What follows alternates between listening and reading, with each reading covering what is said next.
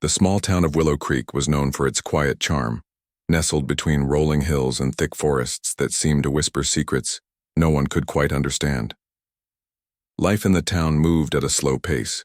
People knew each other by name, shared stories over cups of coffee at the local diner, and gathered together during times of celebration or sorrow.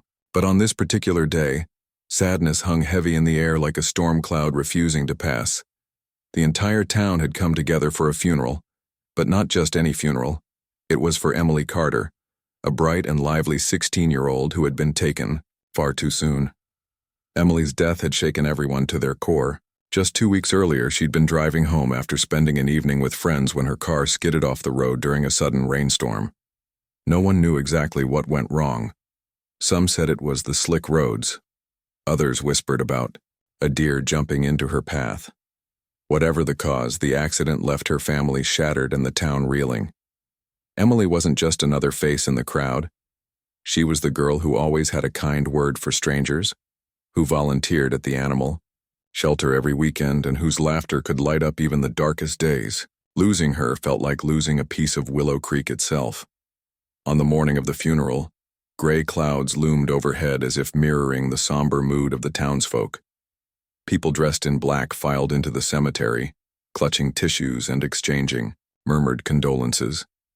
Emily's parents walked slowly behind the coffin, holding on to each other as though afraid they might collapse without support. Their faces were pale and drawn, etched with lines of exhaustion from sleepless nights spent crying. Behind them trailed Emily's younger brother, Jake, his hands shoved deep into his pockets and his eyes red from tears he refused to let fall in public. He looked lost, like someone trying to hold on to sanity while everything around him crumbled. As the procession reached the gravesite, the pastor stepped forward to begin the service. His voice was soft yet steady as he read passages meant to comfort those grieving. Around him, mourners bowed their heads, some silently praying, others simply staring blankly at the ground. It was all so painfully normal, the same rituals repeated, countless times before, but something about today felt different. Maybe it was the eerie stillness in the air, broken only by the occasional rustle of leaves or distant caw of a bird. Or maybe it was the way the wind carried a chill that didn't belong to the season. And then it happened. A crow appeared out of nowhere, swooping down from the sky with precision before landing directly on the edge of Emily's polished wooden coffin. For a moment, time seemed to stop. Every eye turned toward the bird, which perched there calmly, tilting its head as if studying the scene below. Its feathers gleamed under the weak sunlight filtering through the clouds, and its sharp beak glistened ominously. There was something unsettling about the way it stared, not like an ordinary animal observing its surroundings, but almost knowingly, like it understood exactly where it was and why it was there. Whispers began to ripple through the crowd. Some people shifted uncomfortably, glancing at one another as if seeking reassurance that they weren't imagining things. "What's it doing here?" someone muttered under their breath. Others made gestures meant to ward off bad luck, crossing themselves or touching wooden objects nearby. A few brave souls tried to shoo the bird away, waving their arms or clapping their hands, but the crow didn't budge. Instead, it fluffed its feathers slightly, settling in as though claiming ownership of the space. Then came the sound, a single, piercing caw that cut through the silence like a knife. It was loud enough to make several people jump, and for a brief second it drowned out everything else, the pastor's words, the sniffles of the mourners, even the rustling trees. The noise sent a shiver down everyone's spines, leaving behind an uncomfortable tension that lingered long after the echo faded. Was it just a random call, or did it carry some deeper meaning? No one dared say it aloud, but the thought crossed many minds. What if this wasn't just a coincidence? Jake, standing near the front of the group, couldn't tear his gaze away from the bird. Something about it captivated him, though he couldn't explain why. Maybe it was the intensity of its stare, or maybe it was the strange feeling bubbling in his chest, a mix of curiosity and unease that he couldn't shake. As he watched, the crow spread its wings slightly, casting a shadow over the coffin beneath it. For a split second, Jake thought he saw movement in its dark eyes, like tiny, flickers of light dancing within them. He blinked, and the moment passed, leaving him wondering if he'd imagined it. Meanwhile, Emily's mother let out a choked sob, burying her face in her husband's shoulder. Her knees buckled slightly, and he wrapped his arms around her, murmuring soothing words that sounded hollow in the oppressive atmosphere. Nearby, old Mrs. Henderson, the town's self-proclaimed expert on superstitions, muttered under her breath about omens and signs. "A crow at a funeral," she whispered to anyone close enough to hear. "That's never a good sign." Her words spread quickly, rippling through the crowd like ripples in a pond, fueling the growing unease. Despite the discomfort, no one moved to intervene further. Whether out of fear, respect, or sheer disbelief, the mourners remained rooted to the spot, watching and waiting. Even the pastor paused mid-sentence, glancing nervously at the bird before continuing. The ceremony dragged on, but the presence of the crow overshadowed everything else. By the time the final prayers were said, and the pallbearers prepared to lower the coffin into the ground, the tension was palpable.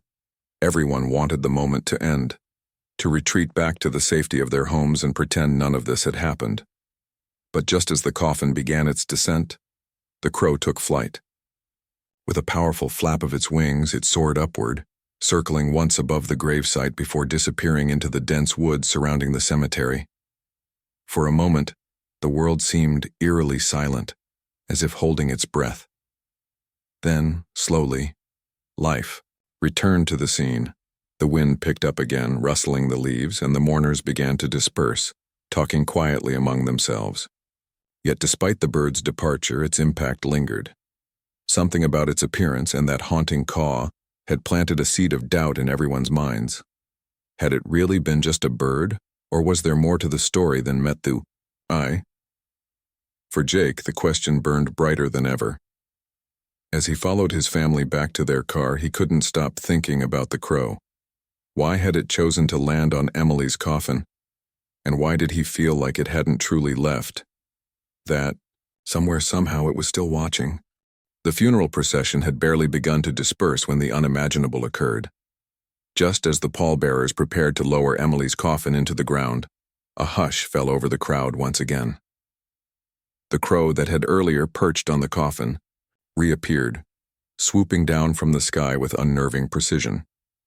This time it didn't settle quietly on the edge of the casket. Instead, it hovered above it for a moment, its wings beating steadily against the still air. The mourners froze, their eyes wide with disbelief and unease. Something about the bird felt different now. Its presence seemed heavier, more deliberate, as if it carried a purpose far beyond anything they could comprehend. Then, without warning, the crow opened its beak and spoke. "She is not gone," it rasped, its voice neither fully human nor entirely animal.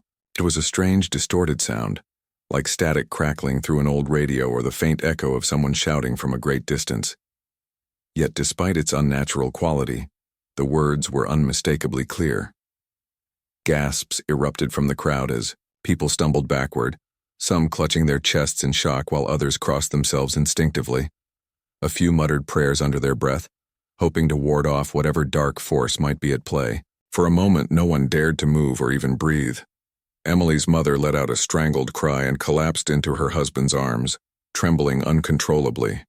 Her father, though visibly shaken, tried his best to steady her, his own face pale and drawn. Nearby, Jake stood frozen, his heart pounding so loudly he thought everyone around him must hear it. His mind raced with questions. Was this real? Had he imagined the voice? Or was something supernatural truly unfolding before their very eyes? The murmurs grew louder as people began speculating wildly. Some claimed it was a trick, a prank pulled off by someone using hidden speakers or ventriloquism. Others whispered about curses and omens, pointing to old legends they'd heard growing up. Mrs. Henderson, the elderly woman who had earlier mentioned superstitions, grabbed hold of a young man's arm and insisted, "I told you, that bird is a messenger of death." Her voice quivered with fear, but there was also a hint of triumph, as though she'd been proven right all along. Amid the chaos, the crow remained unfazed. Perched atop the coffin, it tilted its head slightly, as if studying the reactions of the crowd below. Its black eyes gleamed with an intelligence that sent shivers down Jake's spine. He couldn't look away, even as panic spread among the mourners. When several people attempted to approach the bird, perhaps intending to shoo it away or capture it, the crow flapped its wings menacingly. Each beat created a gust of wind strong enough to scatter leaves and petals from bouquets lying nearby. No one dared come closer after that. Jake's younger cousin, Lily, who had been standing beside him, tugged anxiously at his sleeve. "Jake, what's happening?" she whispered, her voice trembling. But Jake didn't answer. His attention was fixed solely on the crow. There was something oddly familiar about the way it watched him, as though it recognized him. Or maybe knew something about him that he didn't yet understand. The sensation was both thrilling and terrifying, like standing on the edge of a cliff, unsure whether to step back or leap forward. As the commotion continued, the pastor tried to regain control of the situation. Stepping forward cautiously, he raised his hands in a calming gesture. "Everyone, please remain calm," he urged, though his own voice betrayed traces of uncertainty. "Let us not jump to conclusions.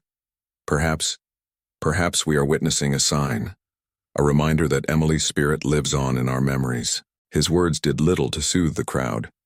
If anything, they only deepened the tension, as many interpreted his statement as confirmation of something otherworldly. Just when it seemed the scene might spiral completely out of control, the crow took flight once more. With a final piercing caw that echoed across the cemetery, it soared upward, circling twice above the gravesite before disappearing into the dense woods surrounding the area. Silence followed in its wake, broken only by the occasional sniffle or muffled sob. People exchanged uneasy glances, unsure of what to do next. Should they continue with the burial? Leave immediately? Call someone, an expert, a priest, anyone, to make sense of what they had just witnessed? For Jake, however, the question wasn't what to do, it was why. Why had the crow spoken those specific words? And why had it chosen to appear here, of all places? As the rest of the mourners hesitated, he found himself stepping forward, drawn inexplicably toward the spot where the bird had perched moments ago. Kneeling beside the coffin, he ran his fingers lightly over the polished wood, searching for any clue that might explain what had happened. Though logic told him it was impossible, part of him hoped to find something, a message, a mark, anything that would help unravel the mystery. His actions caught the attention of Mia, his closest friend since childhood. She hurried to his side, placing a gentle hand on his shoulder. "Jake, are you okay?" she asked softly, concern evident in her voice. "You're scaring me." Jake glanced up at her, his expression unreadable. "It said she's not gone," he replied, his voice barely above a whisper. What if it's telling the truth?" Mia frowned, torn between comforting him and dismissing his words as grief-induced delusion. "Jake, I know how much you loved your sister," she said carefully, "but talking crows aren't real. Maybe it was just a weird coincidence, a really freaky one, but still." "Was it, though?" Jake interrupted, his tone sharper than intended. He softened immediately, shaking his head. "I don't know, Mia. Something about that bird. It felt important, like it wanted us to listen." Mia hesitated, unsure of how to respond. Before she could say anything further, Emily's parents approached them, looking weary and defeated. "We should finish the service," Emily's father said quietly, his voice hoarse. "Whatever just happened, we can't change it. Let's focus on saying goodbye." Reluctantly, Jake nodded and stepped aside, allowing the ceremony to resume. But as the coffin was lowered into the ground and the first shovelfuls of dirt were cast upon it, he couldn't shake the feeling that they were making a terrible mistake. Every instinct screamed at him to stop, to dig deeper, to uncover the truth behind the crow's cryptic message. Yet surrounded by grieving family members and confused townsfolk, he held his tongue, burying his doubts alongside his sister's coffin. Later that evening, after returning home, Jake lay awake in bed, staring at the ceiling. The image of the crow haunted his thoughts, replaying itself over and over in his mind. Try as he might, he couldn't dismiss it as mere coincidence or trickery. Something about the entire event felt deliberate, almost personal, as if the bird had singled him out for a reason. Determined to find answers, he decided to do some digging of his own. Pulling out his laptop, he began researching local folklore and legends, hoping to uncover any mention of talking birds or mysterious omens associated with funerals. Hours passed, and just as fatigue started to set in, Jake stumbled upon something intriguing. Tales of a forest spirit said to take the form of a crow. According to legend, the spirit served as a bridge between worlds, appearing during times of tragedy to deliver messages from beyond. Though skeptical at first, Jake found himself drawn to the story, particularly when he read about sightings reported near the same woods where the crow had vanished earlier that day. A spark of hope ignited within him. What if the crow hadn't been a harbinger of doom, as many believed, but rather a guide, a sign that Emily's fate wasn't sealed? After all, the idea was far-fetched, perhaps even ridiculous, but Jake couldn't ignore the possibility. After everything he'd seen, he owed it to his sister, and to himself, to explore every avenue, no matter how unlikely it seemed. With renewed determination, Jake resolved to investigate further. He wouldn't tell anyone, not yet. Not until he had proof. But deep down he knew one thing for certain. The crow's appearance had changed everything. Whatever lay ahead, he was ready to face it. The next morning, Jake woke up with a sense of purpose he hadn't felt in weeks. The grief that had weighed him down since Emily's accident still lingered, but now it was joined by something else, a flicker of hope, however faint, fueled by the mysterious crow and the stories he'd uncovered late into the night. He couldn't shake the feeling that the bird's appearance wasn't random, that it had been trying to tell him something important. It was as if the universe itself was nudging him toward answers, urging him not to give up on his sister just yet. Determined to learn more, Jake decided to share his findings with someone he trusted implicitly, his best friend, Mia. She had always been the voice of reason in their friendship, the one who balanced out his impulsiveness with practicality. If anyone could help him make sense of what was happening, it was her. After grabbing a quick breakfast, he texted her, "Can we talk? Something big." Within minutes, she replied, "Sure, meet you at the park?" When they met near the old oak tree where they used to hang out as kids, Jake launched into an explanation of everything: the talking crow, the forest spirit legend, and his growing suspicion that Emily might not truly be gone. At first, Mia listened quietly, her brow furrowed in concentration. But as Jake described the eerie details of the funeral and the cryptic message from the crow, her skepticism began to show. "Okay, slow down," she said finally, holding up a hand. "You're telling me you think there's some kind of magical bird running around Willow Creek, delivering messages from dead people?" Jake sighed, running a hand through his hair. "I know how crazy it sounds. Trust me, I do. But hear me out. What if it's true? What if Emily's still out there somewhere, stuck between worlds or whatever? Wouldn't you want to know?" Mia hesitated, torn between dismissing his theory outright and acknowledging the undeniable spark of curiosity in her chest. "Look, Jake, I get it, you miss her, we all do. But this is a lot to take in. Talking crows, forest spirits. This isn't exactly science class." "I'm not asking you to believe me blindly," Jake countered, his voice tinged with frustration. "All I'm saying is, what if there's even a tiny chance I'm right? Are you really okay walking away without finding out?" That question hung in the air between them, heavy and unspoken. Mia knew Jake well enough to recognize the desperation in his eyes. He wasn't just grasping at straws. He genuinely believed there was something worth pursuing here.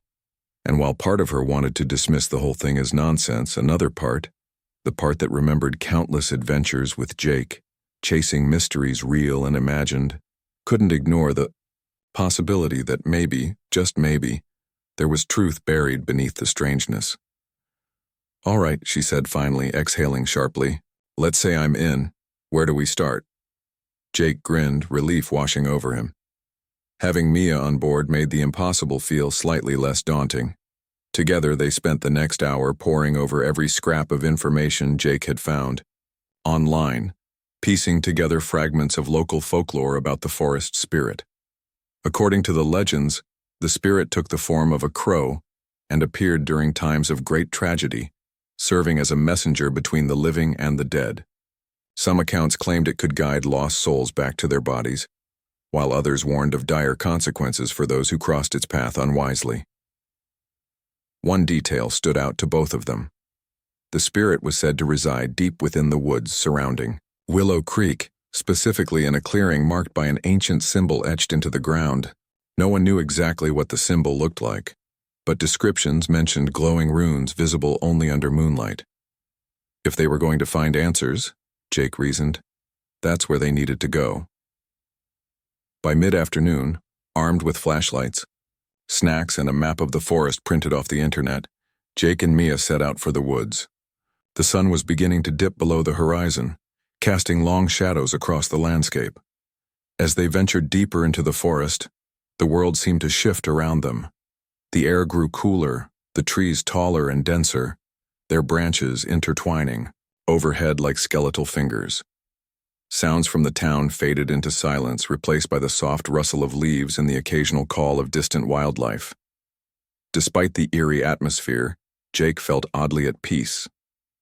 Being here reminded him of the countless hours he and Emily had spent exploring these woods as children, pretending they were adventurers uncovering hidden treasures. Now, though, the stakes felt much higher. Every step brought them closer to the unknown, and Jake couldn't help but wonder if they were walking straight into danger. After nearly an hour of hiking, they stumbled upon a narrow trail leading deeper into the forest. Following it cautiously, they eventually emerged into a small clearing bathed in the pale light of the rising moon. In the center of the clearing lay a circular patch of earth, darker than the surrounding ground. As they approached, Jake pulled out his flashlight and shone it on the surface and gasped. There it was, the symbol. It was faint, almost imperceptible at first glance, but as the beam of light swept over it, the markings began to glow faintly, shimmering like frost under sunlight. The design was intricate, resembling a series of interlocking circles and lines that seemed to pulse with energy. Jake knelt beside it, tracing the edges with his fingertips. The moment his skin touched the symbol, a strange sensation coursed through him, a mix of warmth and unease, as if the ground itself were alive and responding to his presence. "Whoa," Mia whispered, her voice tinged with awe. "This is actually kind of creepy." Jake nodded, unable to tear his gaze away from the glowing pattern. "Do you think this is it? The place where the spirit lives?" Before Mia could respond, a sudden movement caught their attention. From the corner of his eye, Jake saw a flash of black feathers darting between the trees. Turning quickly, he spotted the crow perched on a low branch nearby, watching them intently. Its head tilted slightly, as if studying their reaction to the discovery. "Is that?" Mia started, her voice trailing off. "It's the same one," Jake confirmed, his heart racing. "The one from the funeral." For several long moments, neither of them moved. The crow didn't flinch, its piercing gaze locked onto Jake as though waiting for him to make the next move. Slowly, Jake stood up, taking a cautious step forward. "What do you want?" he asked softly, half expecting no response. To his astonishment, the crow spread its wings slightly, letting out a low guttural caw. Then, without warning, it launched itself into the air, circling above the clearing once before disappearing into the dense canopy of trees. "Well, that was helpful," Mia muttered sarcastically, though her tone betrayed a hint of nervousness. Jake ignored her comment, his mind racing. Whatever the crow's intentions, it clearly wanted them to follow. Without hesitation, he grabbed his flashlight and started down the trail the bird had taken, motioning for Mia to join him. Reluctantly, she followed, muttering under her breath about how insane this whole situation was. As they pressed deeper into the forest, the temperature dropped noticeably, and the air grew thick with an almost electric tension. Shadows danced, eerily in the flickering light of their flashlights, and every sound, The crunch of leaves, the snap of twigs, felt amplified. Despite the creeping unease, Jake pressed on, driven by a combination of fear and determination. He couldn't explain why, but he was certain they were being led somewhere important. Finally, after what felt like hours, they reached another clearing. This one was larger than the last, surrounded by towering trees whose gnarled roots twisted upward like grasping hands. At the center stood a massive stone altar, weathered by time but still bearing traces of carvings similar to the symbol they'd seen earlier. The sight sent a shiver down Jake's spine. It was as if they'd stepped into the pages of a storybook, one filled with magic and mystery. And then, as they stood there staring at the altar, the crow returned. It landed gracefully atop the stone, its feathers glinting in the moonlight. For a moment, everything was perfectly still. Then slowly, the bird turned its head to face Jake, its beady eyes gleaming with an intelligence that defied explanation. The darkness that enveloped Jake and Mia wasn't like any ordinary shadow. It was thick, suffocating, and alive in a way that made their skin crawl. For a moment, they couldn't see anything. Not each other, not the forest, not even their own hands when they waved them frantically in front of their faces. Panic bubbled up inside them, but before either could scream or call out, the world shifted again. The oppressive blackness gave way to something surreal, a kaleidoscope of colors swirling together like paint on water, shifting and pulsing with an energy that seemed almost sentient. Jake stumbled forward, disoriented, his mind struggling to process what was happening. He felt weightless, as though he were floating instead of standing, and yet his feet still seemed rooted to some invisible ground. Beside him, Mia grabbed his arm tightly, her nails digging into his skin through his jacket. "Jake," she whispered hoarsely, her voice trembling. "What's going on?" "I don't know," he admitted, his own voice barely audible over the strange hum filling the air. It was a sound unlike anything he'd ever heard, low and resonant, like the collective murmur of 1,000 distant voices layered together. Each syllable carried an emotion: sorrow, longing, anger, hope, all intertwined in a haunting symphony that reverberated deep within his chest. And then, just as suddenly as it had begun, the swirling colors solidified into a scene so vivid it took Jake's breath away. They weren't in the forest anymore, or at least not the forest they knew. Instead, they stood in a vast, desolate landscape, bathed in dim, flickering light. The ground beneath their feet was uneven, cracked, and covered in patches of grayish moss that glowed faintly. Towering structures loomed in the distance, twisted skeletal remains of buildings that looked as if they'd been pulled straight from a nightmare. Shadows writhed along the walls, moving independently of any source of light, as though they had lives of their own. "Where are we?" Mia asked, her grip on Jake's arm tightening further. Her wide eyes darted around nervously, taking in every unsettling detail. She clutched her flashlight instinctively, though its beam did little more than illuminate the immediate area, casting feeble circles of light against the oppressive gloom. I think this is where Emily is," Jake replied quietly, his voice heavy with awe and dread. As much as he wanted to believe they were on the right path, the sight of this eerie realm sent chills racing down his spine. This wasn't just another part of the woods, it was something else entirely. Something unnatural. Before either of them could say anything more, a figure emerged from the shadows ahead.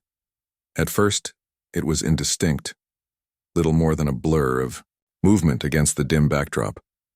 But as it drew closer, the shape resolved into someone unmistakably familiar.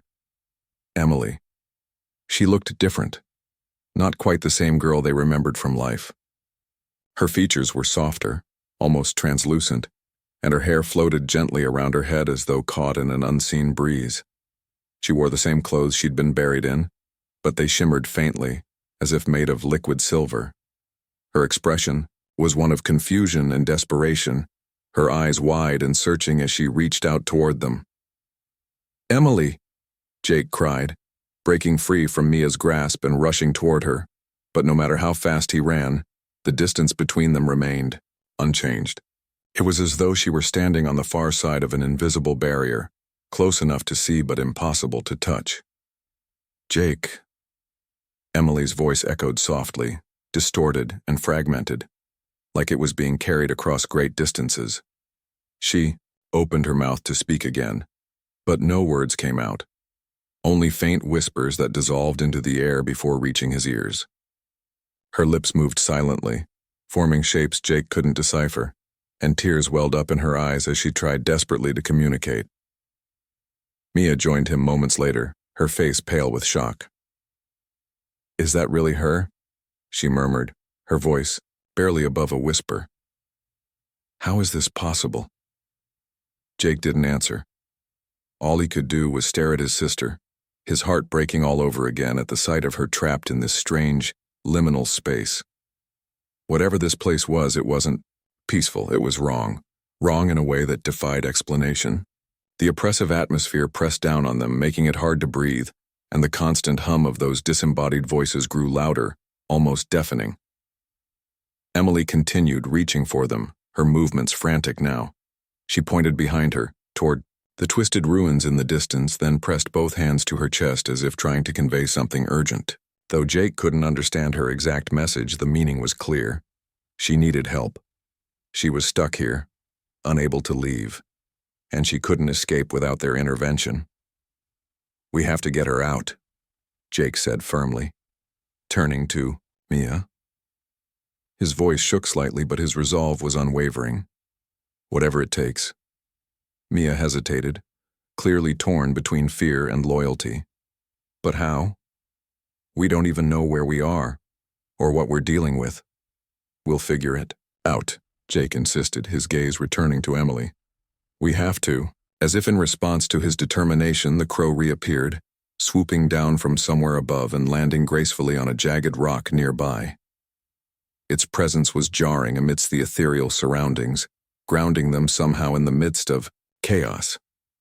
Once again, it tilted its head, studying them with those unnervingly intelligent eyes. "You've seen enough," it rasped, its voice cutting through the cacophony of whispers. "Now you must decide. Will you fight for her?" "Of course we will," Jake shot back immediately, his tone fierce. "She's my sister. I'm not leaving her here." The crow let out a low caw, its wings flaring slightly as if acknowledging his answer. Then, without warning, the vision began to fade. The desolate landscape dissolved into swirling colors once more, and the sensation of weightlessness returned. Jake reached out instinctively, trying to grab hold of Emily, but his fingers closed around nothing but empty air. Within seconds, the world snapped back into focus, and they found themselves standing exactly where they'd been moments earlier, in the clearing with the stone altar and the glowing symbol etched into the ground. Breathing heavily, Jake dropped to his knees, overwhelmed by everything he'd just witnessed. Mia sank down beside him, her face pale and her hands shaking. Neither of them spoke for several long moments, too stunned to form coherent thoughts. Finally, Jake broke the silence. "That was real," he said, his voice raw with emotion. "She's alive, or at least she's still there, trapped, and we need to save her." Mia nodded slowly, though her expression remained uneasy. "Okay," she said after a pause.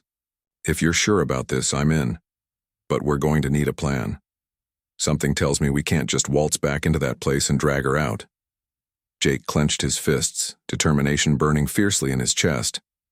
"Then we'll find a way, whatever it takes." The journey back to the real world felt like waking from a dream, disorienting and surreal.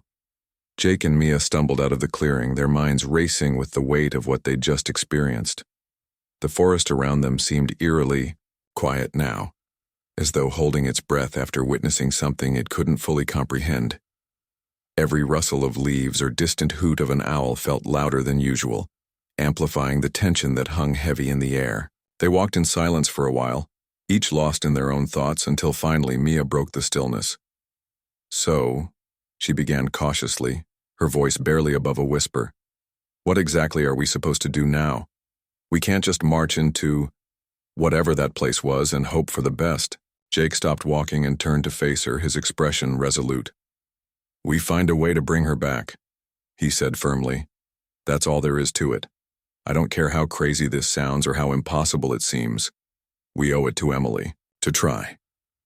Mia hesitated, biting her lip as she considered his words.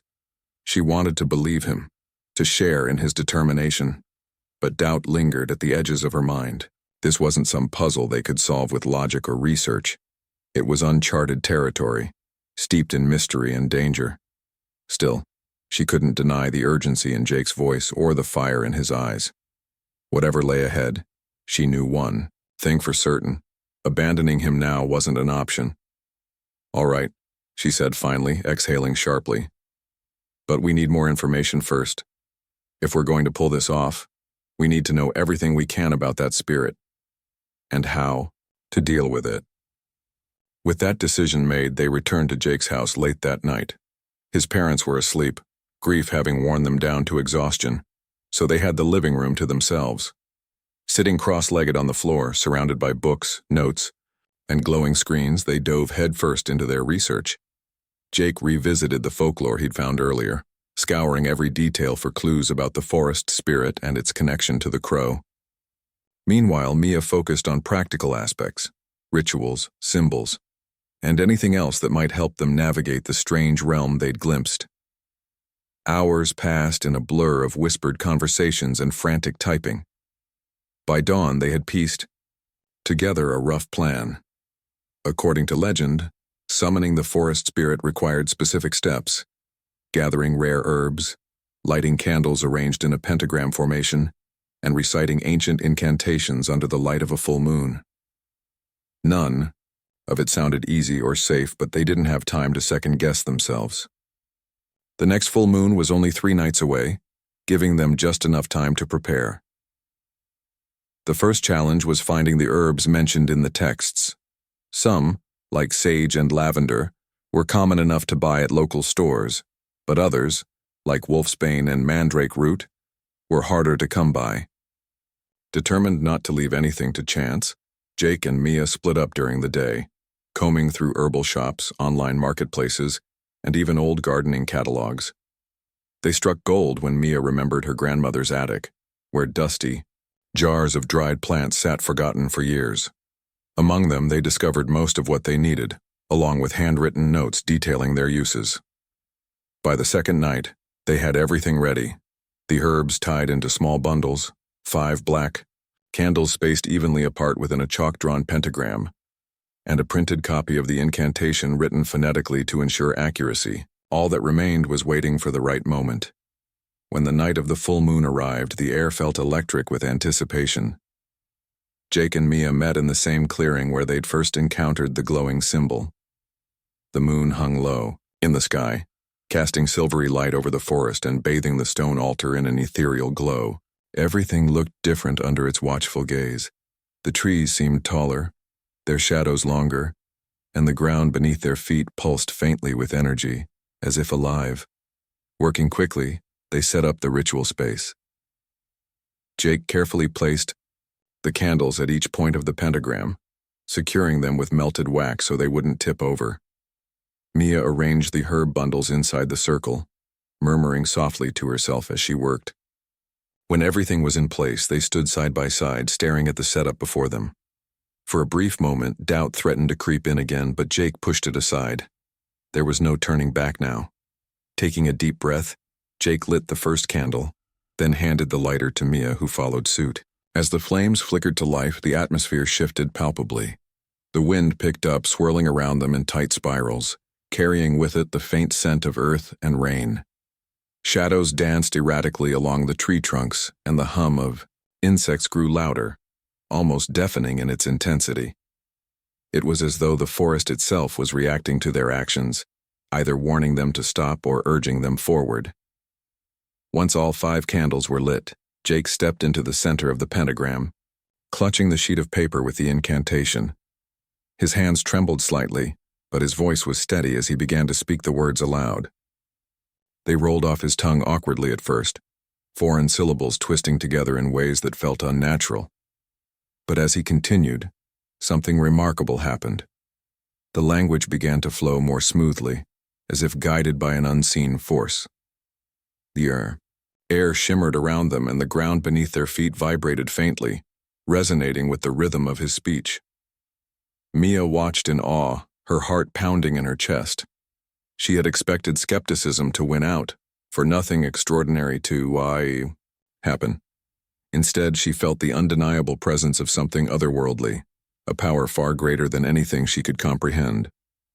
Tears pricked at the corners of her eyes as she realized the magnitude of what they were attempting. Failure wasn't an option, not anymore. When Jake reached the final line of the incantation, his voice rose, echoing through the clearing like thunder. At that exact moment, the crow appeared once more, swooping down from the sky and landing atop the stone altar. Its feathers gleamed in the moonlight, and its sharp gaze locked onto Jake, unwavering and intense. The ground quaked violently and the flames of the candles flared higher, casting wild shadows across the clearing. Then, without warning, the world seemed to shatter. A vortex of wind and light erupted from the center of the pentagram, swallowing everything in its path. Jake and Mia shielded their faces, bracing themselves against the force of the storm. Through the chaos, a figure emerged, an ethereal woman cloaked in shadows, her form shifting and fluid like water. Her presence was both beautiful and terrifying, radiating an aura of ancient wisdom and raw power. "You dare summon me," she intoned, her voice melodic yet commanding, reverberating through the air like a chorus of bells. "Speak your purpose, mortals, lest you regret your intrusion." Jake swallowed hard, his throat dry despite the adrenaline coursing through him. Summoning every ounce of courage, he stepped forward. "My sister, Emily Carter, is trapped in your realm," he said, his voice strong despite the fear gripping his heart. "Please let her go. Bring her back to us." The spirit tilted her head, studying him with piercing eyes that seemed to see straight through to his soul. "Her fate is not yours to command," she replied cryptically.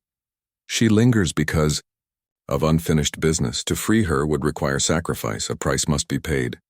Mia gasped softly beside him, her hand instinctively reaching for his arm. Jake's mind raced, trying to process her words. Sacrifice? What did that mean? Before he could ask, the spirit continued. "One of you must take her place," she declared, her tone leaving no room for negotiation. "Only then will the balance be restored." The weight of her statement hit them like a physical blow. Jake glanced at Mia, whose wide eyes mirrored his own shock. Neither spoke, neither dared to move. The implications of the spirit's demand settled over them like a suffocating blanket. Freedom for Emily came at a cost, one neither of them had anticipated. After what felt like an eternity, Jake squared his shoulders, resolve hardening in his chest.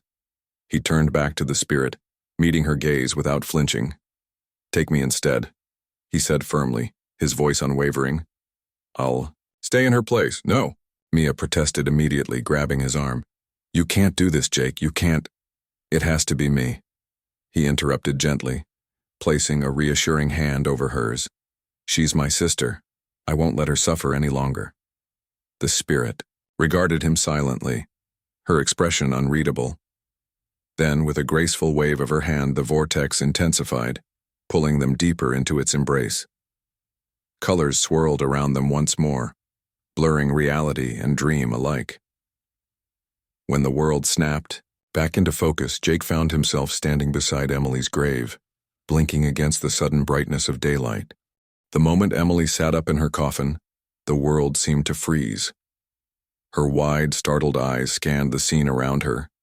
Jake standing nearby, his face etched with exhaustion, but glowing with relief. Mia clutching his arm, tears streaming down, her cheeks, and the open grave, its edges uneven from where the dirt had been hastily shoveled back after the ritual. For a few seconds, no one moved or spoke. It was as if time itself hesitated, unsure how to process what had just happened. Then, slowly, Emily's expression shifted from confusion to recognition. "Jake?" she whispered hoarsely, her voice trembling. She reached out toward him, her hands shaking as though she couldn't believe he was real. Jake rushed forward without hesitation, pulling her into a tight embrace. The weight of weeks of grief melted away in that single moment, replaced by overwhelming joy and disbelief. Emily clung to him, sobbing softly, her body trembling as reality began to sink in. She was alive. But even as the siblings held each other, the atmosphere remained heavy with unanswered questions. Mia stood silently, watching the reunion with a mixture of happiness and unease. Something about the situation felt incomplete. The spirit's words echoed in her mind. One of you must take her place. Had the bargain truly been fulfilled, or had something else taken Jake's place instead? As Emily regained her composure, Jake helped her climb out of the coffin, steadying her as she adjusted to standing again. She looked pale and weak, her movement sluggish, but there was life in her eyes, a spark that hadn't been there since the accident. What happened?" she asked, glancing between Jake and Mia. "I remember the crash, but after that, everything's blank." "It's okay," Jake assured her gently. "We'll explain everything later. Right now, let's just get you home." Mia nodded in agreement, though her smile didn't quite reach her eyes. Together, they guided Emily away from the gravesite, supporting her as they made their way back through the forest. The journey felt surreal, almost dreamlike, as if they were walking through a foggy memory rather than solid reality. Every step brought them closer to safety, yet Mia couldn't shake the nagging feeling that they weren't entirely free of the spirit's influence. When they finally emerged from the woods and reached Jake's house, his parents were waiting, on the porch. They had been alerted by neighbors who spotted the trio returning, their curiosity piqued by the late-night commotion. At first, they stared in stunned silence, unable to comprehend why their supposedly deceased daughter was now standing before them very much alive. Then, overcome with emotion, they rushed forward, enveloping Emily in hugs and tears. For the rest of the night, the Carters stayed up talking, or rather, listening, as Jake and Mia recounted the events leading up to Emily's miraculous return. Naturally, they left out certain details: the crow, the forest spirit, the ritual, opting instead for vague explanations about finding her trapped in some kind of limbo. Though skeptical, Emily's parents didn't press too hard. They were simply grateful to have their daughter back. However, as days turned into weeks, strange occurrences began plaguing Willow Creek. At first, they were subtle enough to dismiss as coincidence: doors slamming shut on their own, shadows flickering in empty rooms, whispers carried on the wind. But soon the incidents grew more frequent and more unsettling. Livestock went missing from nearby farms, only to be found days later mutilated beyond recognition. People reported seeing dark figures lurking at the edge of the woods, their forms indistinct but unmistakably human-like. And then there was the crow. It appeared everywhere, in trees outside windows, perched atop rooftops, watching silently from telephone wires. Its presence became a constant reminder of the night Emily returned, a silent witness to secrets no one dared speak aloud. Jake noticed it most of all. No matter where he went, the bird seemed to follow him, its piercing gaze never wavering. He tried convincing himself it was just paranoia, but deep down he knew better. The spirit hadn't forgotten its bargain. It was biding its time. One evening, while sitting alone in his room, Jake heard a soft tapping sound coming from the window. Turning, he saw the crow perched on the sill, its head tilted curiously as it pecked lightly against the glass. His heart sank. Reluctantly, he opened the window, allowing the bird to hop inside. Instead of flying away, it landed on his desk, staring at him with those unnervingly intelligent eyes. "You think this is over?" It rasped, its distorted voice sending chills down Jake's spine. "The debt has been paid, but not by you." Jake froze, his blood running cold. "What do you mean?" he demanded, his voice barely above a whisper. "I offered myself. I should be the one." "The spirit does not bargain lightly," the crow interrupted, spreading its wings slightly. "Your willingness spared you, but the balance demanded sacrifice nonetheless. Someone else took your place." Before Jake could respond, the crow let out a low caw and flew out the window, disappearing into the night. Panic gripped him as he realized what the bird meant. If he hadn't been taken, someone else must have been chosen instead. But who? And what fate awaited them in the spirit realm? Over the next few days, Jake became obsessed with uncovering the truth. He scoured the town for clues, asking discreet questions about anyone who might have gone missing recently. Eventually, his suspicions fell on Mrs. Henderson, the elderly woman who had muttered ominously about omens during Emily's funeral. She hadn't been seen since that night, and rumors circulated that she'd fallen ill and confined herself to her home. When Jake visited her house under the pretense of checking on her well-being, he found it eerily abandoned. Dusty furniture covered in sheets, food rotting on the kitchen counter, and an unsettling chill lingering in every room. That's when he understood. The spirit had claimed her as payment for Emily's freedom. Guilt crashed over him like a wave, threatening to drown him in regret. He hadn't intended for anyone else to suffer in his place. But now it was too late. There was nothing he could do to undo what had been done. Despite the guilt weighing heavily on him, life in Willow Creek gradually returned to normal, or at least as close to normal as possible. Emily adapted quickly to being alive again, throwing herself into schoolwork and spending time with friends as though trying to make up for lost time. Yet, even she couldn't ignore the growing sense of unease that permeated the town. Everyone felt it, though few dared to acknowledge it openly. The forest, once a source of wonder and adventure, now loomed menacingly on the horizon, its depths shrouded in mystery and fear. As for Jake, he continued to see the crow regularly. It never spoke again, but its presence served as a constant reminder of the cost of Emily's return. Sometimes, late at night, he would sit by his window, staring out at the woods and wondering about the spirit, and whether its work was truly finished. Deep down, he suspected it wasn't. The forest still held secrets, and the crow was merely a harbinger of things to come. In the end, Jake came to accept that some debts can never fully be repaid. What mattered most was protecting those he loved, even if it meant carrying the burden of guilt for the rest of his life. And so, he vowed to remain vigilant, to watch for signs, to listen for whispers, and to face whatever challenges lay ahead. Because in Willow Creek, peace was fragile, and the line between worlds was thinner than anyone cared to admit.